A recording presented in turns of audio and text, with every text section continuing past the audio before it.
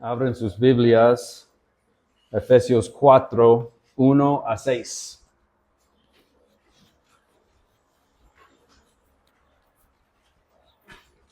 Ya estamos en Efesios 4.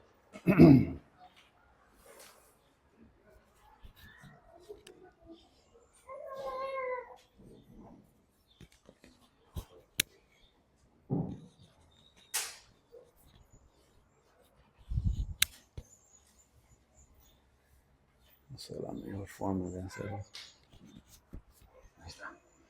Ok, Efesios 4, 1 a 6. Dice, yo pues, prisionero del Señor, les ruego que ustedes vivan de una manera digna de la vocación con que han sido llamados, que vivan con toda humildad y mansedumbre, con paciencia, soportándose unos a otros en amor, esforzándose por preservar la unidad del Espíritu en el vínculo de la paz. Hay un solo cuerpo y un solo espíritu, así como también ustedes fueron llamados en una misma esperanza de su vocación. Un solo Señor, una sola fe, un solo bautismo, un solo Dios y Padre de todos, que está sobre todos, por todos y en todos. ¿Qué significa digna de la vocación? Yo creo que para entender todo este texto, estos 6 versículos, realmente necesitamos centrarnos en la frase digna de la vocación. Dice, les ruego que ustedes vivan de una manera digna de la vocación con que han sido llamados. Voy a compartir 3 ejemplos del mundo real para ayudar a explicar esta idea. Son ejemplos de lo que no es vivir de una manera digna de su vocación. A veces nos ayuda a ver lo contrario para poder comprender mejor. Uno es de la política, otro es de los negocios y otro es de la iglesia organizada. Número 1, en 2012, Guatemala eligió presidente Otto Pérez. Hizo campaña contra el crimen y la corrupción. Mano dura fue su lema de campaña. ¿Ustedes recuerdan? Bueno, Otto Pérez terminó liderando una corrupción muy estratégica del sistema tributario de Guatemala que llevó al robo de 950 millones de quetzales. Al final lo metieron en la cárcel y hace poco lo liberaron. La vocación de este hombre fue del nivel más alto de todo su país. Él no vivió digno de la vocación a la que fue llamado. Número 2, la FIFA es la organización deportiva internacional más grande del mundo. No sé si recuerden ustedes la investigación de hace unos años de los líderes de la FIFA y UEFA fueron declarados culpables de fraude y lavado de millones de dólares para su propio bolsillo. Su vocación era liderar una de las organizaciones más grandes en el mundo y no vivieron dignos de la vocación de que fueron llamados. Número 3, y más recientemente, hace solo unos días, un pastor muy famoso en los Estados Unidos renunció porque historias de su pasado se hicieron públicas. Él ha sido un pastor para 30 años, casado desde hace 45 años y aparentemente ha estado manteniendo relaciones con otras mujeres, incluida en su pasado una chica menor de 14 años. Él llevaba años viviendo una doble vida, mientras predicando todos los domingos y pastoreando una iglesia enorme. Este pastor no vivió digno de la vocación a la que fue llamado. Y todos conocen más ejemplos, ¿verdad? Más ejemplos de líderes que han resultado falsos o corruptos, malos representantes de su país o su organización o su ministerio o su familia, personas que no vivieron dignamente de la vocación a la que fueron llamados. Y mi punto para hacer estas comparaciones es eso. Con estos llamamientos o vocaciones muy altos y importantes, viene mucha responsabilidad. Una responsabilidad de vivir y actuar de acuerdo con el llamado. Entonces, si el llamado es muy alto, tenemos una responsabilidad muy alta y tenemos que vivir y actuar de acuerdo con este llamado.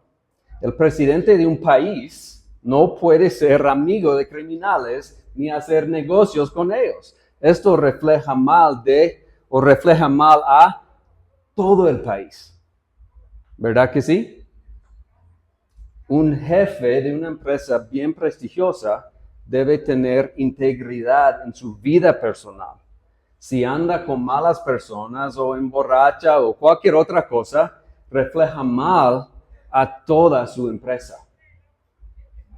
Por eso tiene sentido que un papel, un rol, un llamado muy alto requiere integridad, responsabilidad muy alto.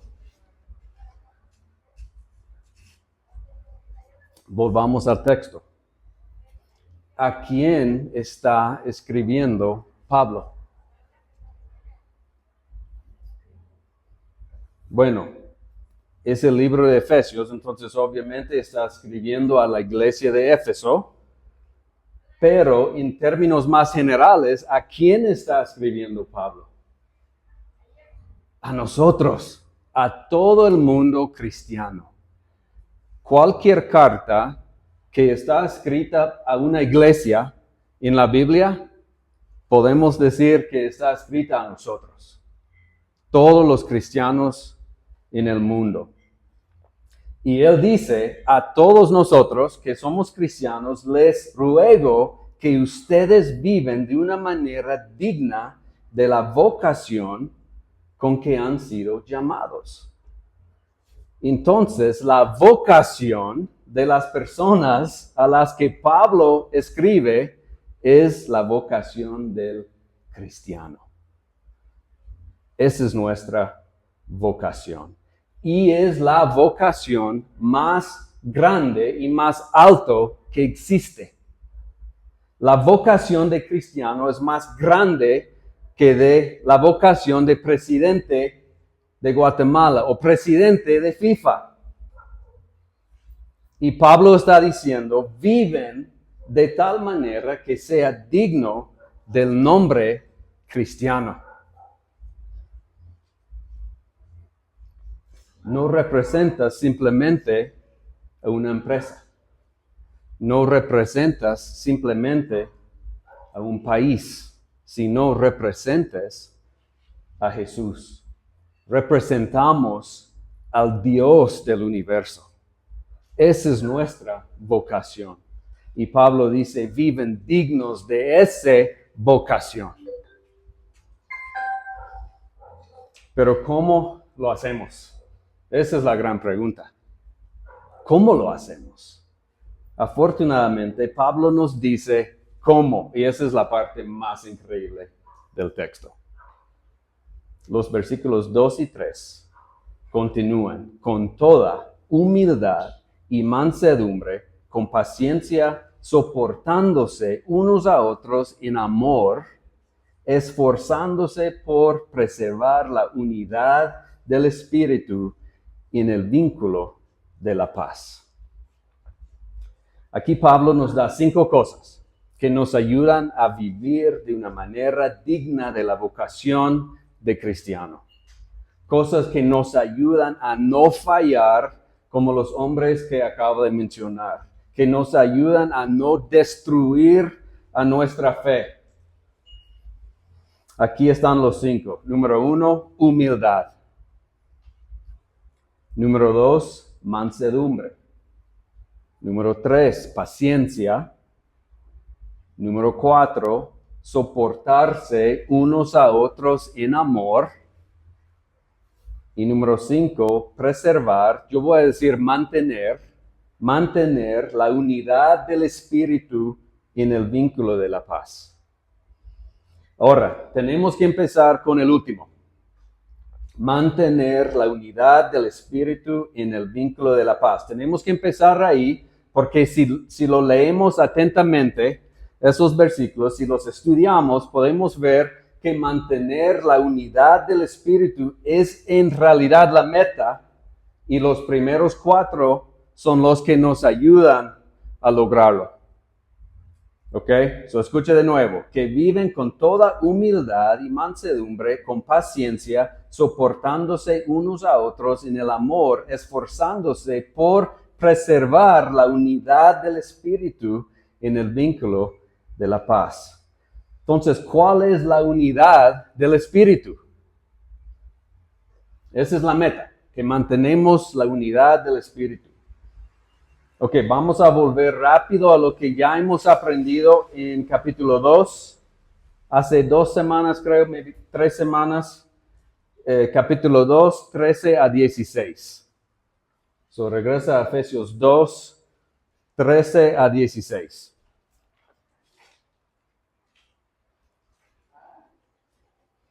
Dice, pero ahora en Cristo Jesús, ustedes que en otro tiempo estaban lejos, han sido acercados por la sangre de Cristo. ¿Recuerdas eso? Porque Él mismo es nuestra paz y de ambos pueblos hizo uno, derribando la pared intermedia de separación, poniendo fin a la enemistad en su carne, la ley de los mandamientos expresados en ordenanzas para crear en Él mismo de los dos un nuevo hombre, estableciéndose así la paz y para reconciliar con Dios a los dos en un cuerpo por medio de la cruz, habiendo dado muerte en ella a la enemistad.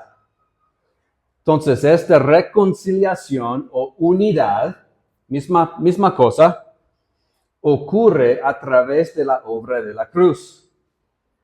Por lo que Cristo hizo en la cruz, la pared entre ¿quién? ¿Quién dos grupos? Judíos y gentiles ha sido derribado, destruido. Esto significa que para todos que tienen a Cristo, todos los que tienen a Cristo, todas las paredes de división ha sido destruido.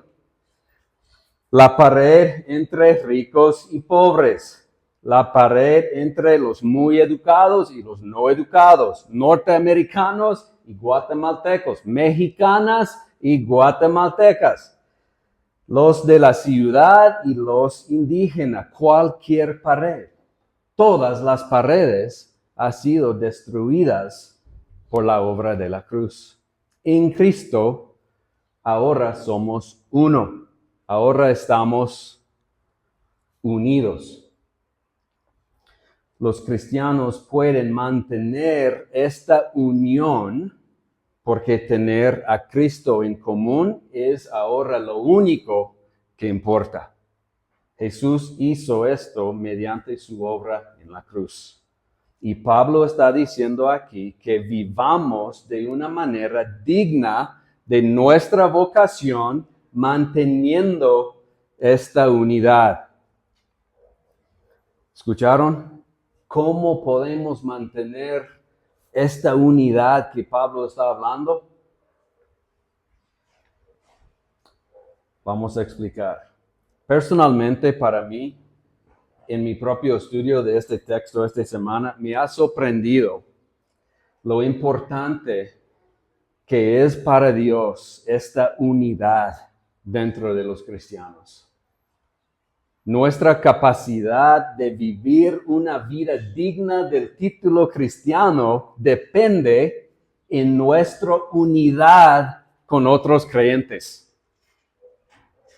cómo nos amamos, cómo tratamos unos a otros, es realmente asombroso. Ahora volvamos a los primeros 4 porque nos muestran de manera más práctica cómo podemos mantener el espíritu de unidad. Versículos 2 a 3, otra vez, que vivan con toda humildad y mansedumbre, con paciencia, soportándose unos a otros en amor, esforzándose por preservar la unidad del espíritu en el vínculo de la paz. Número 1, humildad. Esa es la primera. Mantenemos la unidad del espíritu siendo humildes. Y esto no debería sorprendernos, porque el orgullo, el opuesto de la humildad, es la raíz de todo pecado. El primer pecado en el mundo invisible fue el orgullo cuando Satanás decidió que él quería ser como Dios. Y el primer pecado en el mundo creado también fue el orgullo. Satanás tentó a Eva diciéndole que si comiera del árbol de conocimiento del bien y del mal sería como ¿quién? Como Dios. En pocas palabras, el orgullo es cuando queremos y hacemos lo que queremos, en lugar de someternos a lo que Dios quiere. Ese es el orgullo.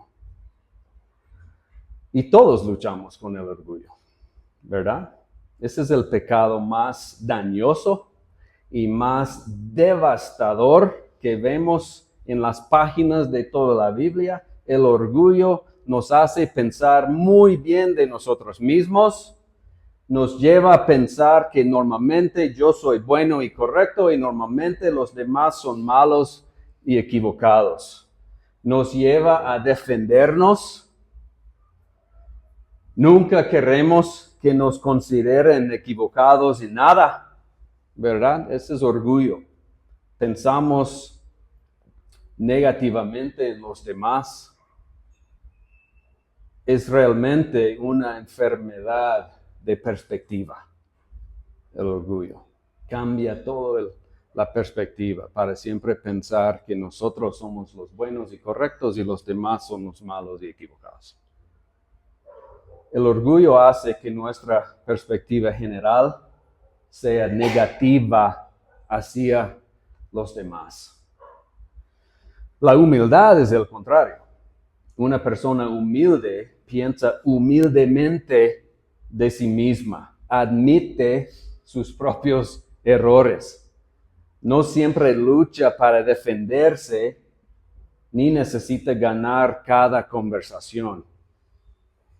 Una persona humilde sirve y ayuda a la gente, no espera nada de cambio. Incluso personas que son diferentes y de verdad que no nos cae bien. Nos ayudamos, nos servimos, nos apreciamos, aunque no es naturalmente fácil. La gente orgullosa arruina las relaciones, destruyen la unidad. Pero cuando las personas son humildes, dice Pablo, podemos mantener un espíritu de unidad.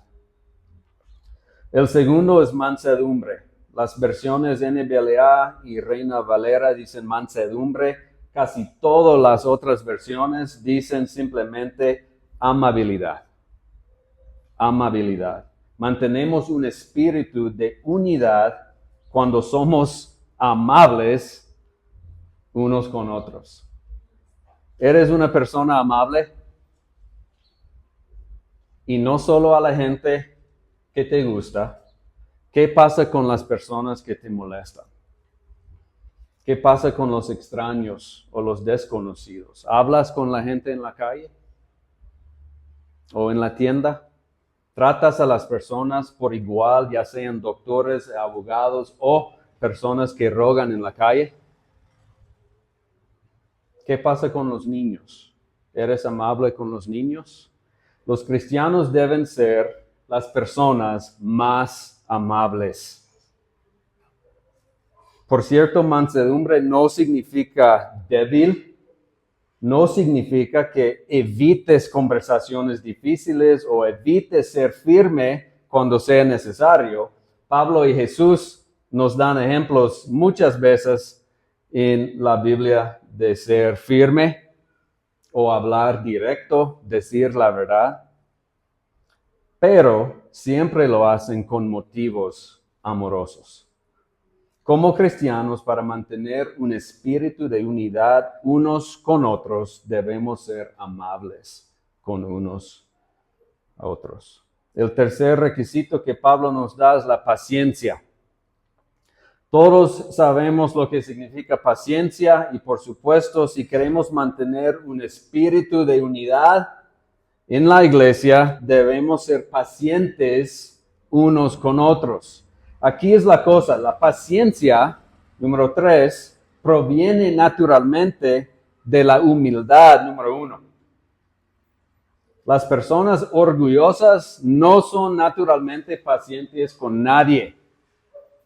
Las personas orgullosas tienen una opinión demasiado alta de sí mismas como para ser pacientes con los demás. Ahora, las personas humildes se convierten en personas pacientes.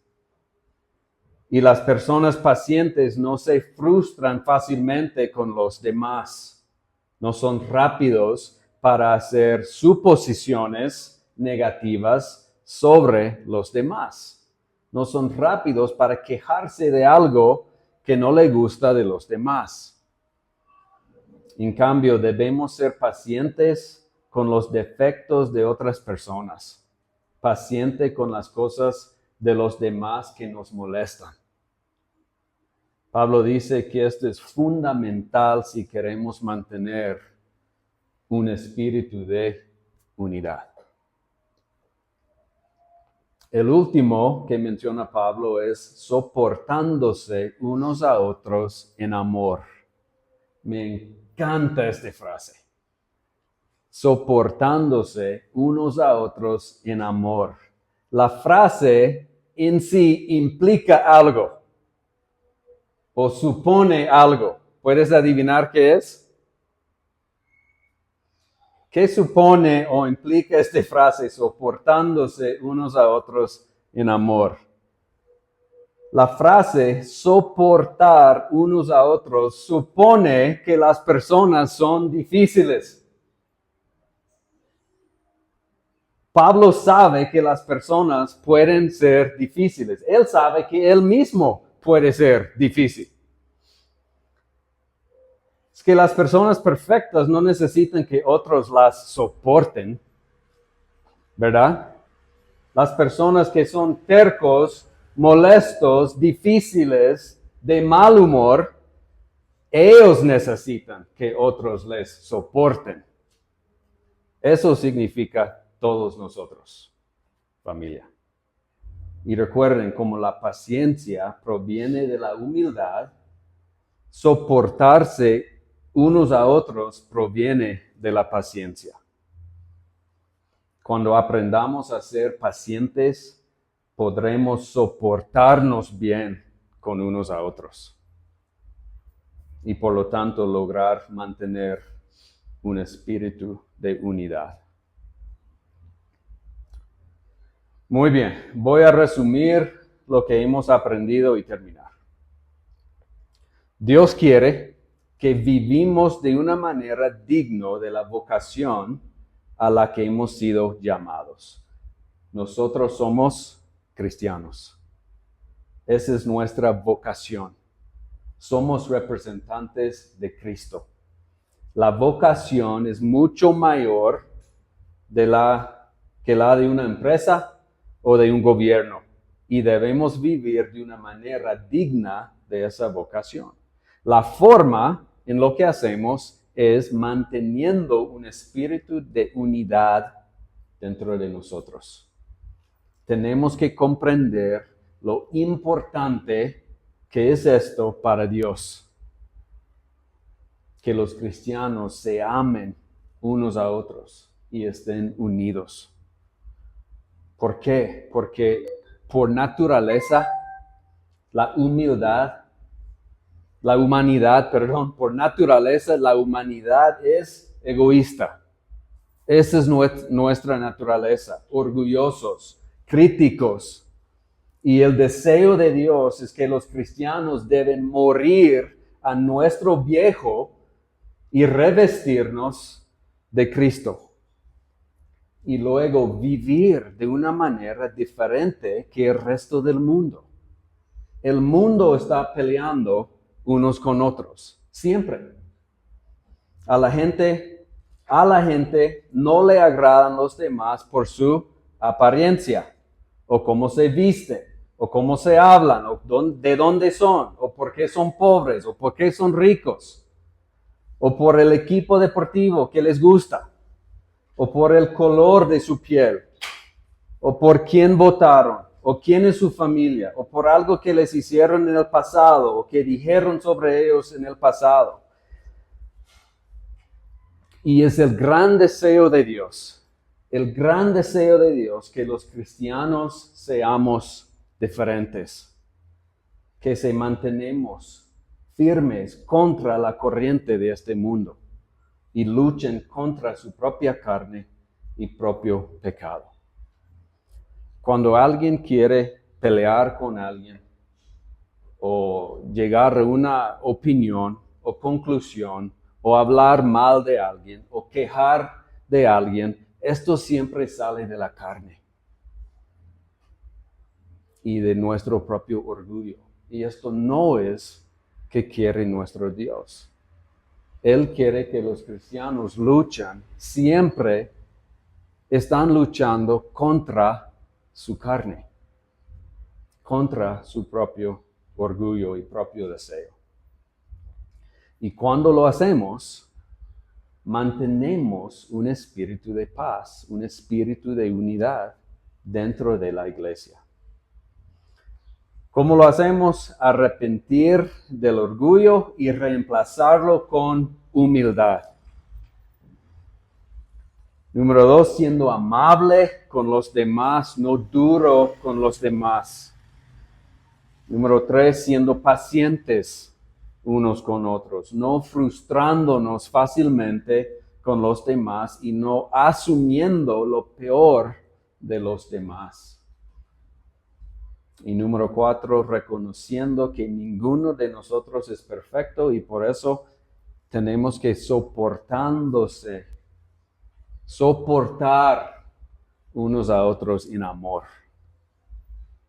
No podemos hacerlo solos. Debemos, como dice en el versículo 6, orar y depender en Él, un solo Dios y Padre de todos, que está sobre todos, por todos y en todos. Bueno, oremos.